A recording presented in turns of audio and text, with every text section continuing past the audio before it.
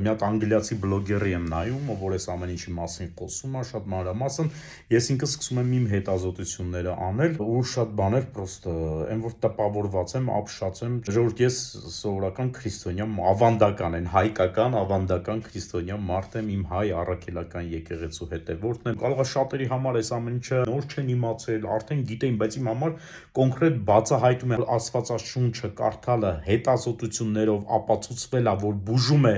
տասնյակ հիվանդություններ, ժողովուրդ։ 2025 թվականին American Bible Site հետազոտական հայտնի ընկերությունը, որը որ տասնյակ հետազոտությունների իրականացնող է, հանդես է եկել պաշտոնական հայտարարությամբ, որ Աստվածաշունչ կարտացող մարդկանց եւ աղոթող մարդկանց մոտ տասնյակ հիվանդություններ պարզապես չեն կարող ի հայտ գալ, եւ շատ-շատերի մոտ, ովքեր որ ունեն հիվանդություններ,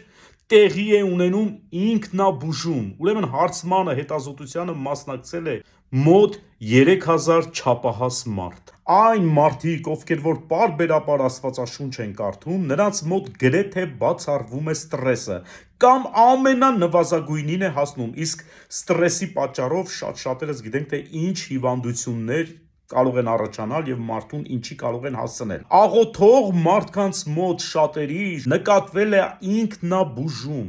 նույնիսկ անբուժելի հիվանդությունների։ Իրենց հերթին Հարվարդի համալսարանի հետազոտողները ապացուցել են, որ Աստվածաշունչ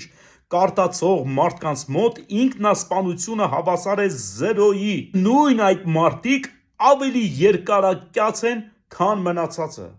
Ես պրոստը շշմելու է ժողովուրդ։ Անկեղծ ինքս տպավորված եմ, թե ինչքան կարող է Աստվածաշունչը ազդեցություն ունենա մարդու վրա,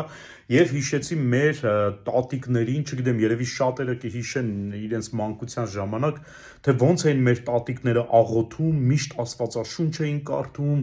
աղոթագրքեր էին կարդում, շատ էին հավատում, դրա համար համ երկարակյաց էին, համ առողջ էին, համ ուժեղ էին։ Մի բան եմ հասկանում, մարդ պետք է ինչքան հնարավոր է Աստծուն